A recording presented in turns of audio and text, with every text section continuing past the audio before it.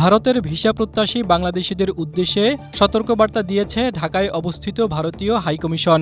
বুধবার সামাজিক যোগাযোগ মাধ্যম এক্সে প্রকাশিত এক বার্তায় হাইকমিশন জানায়, প্রতারকরা হাইকমিশনের কর্মকর্তা সেজে টাকার বিনিময়ে ভিসা বা অন্যান্য কনসুলার পরিষেবা পাইয়ে দেওয়ার মিথ্যা প্রতিশ্রুতি দিয়ে বিভিন্ন ব্যক্তির সাথে যোগাযোগ করছে।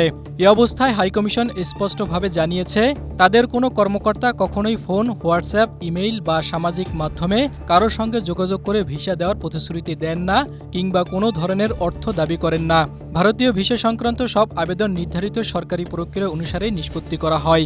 ওই সতর্ক বার্তায় সন্দেহজনক কোনো ফোন কল, বার্তা বা প্রস্তাব পেলে কোনো অবস্থাতেই অর্থ লেনদেন না করার পরামর্শ দেওয়া হয়েছে। স্ট্রবেরি সুপার ডটেড ও ক্লাসিক ভ্যারিয়েন্ট সেন্সেশন জাগুক শিহরণ। একই সঙ্গে ব্যক্তিগত তথ্য, পাসপোর্টের কপি, ব্যাংক হিসাবের তথ্য বা আর্থিক তথ্য অপরিচিত কারো সঙ্গে শেয়ার না করার আহ্বান জানানো হয়। কেউ এ ধরনের প্রতারণার শিকার হলে দ্রুত বিষয়টি কর্তৃপক্ষকে জানাতে বলা হয়েছে।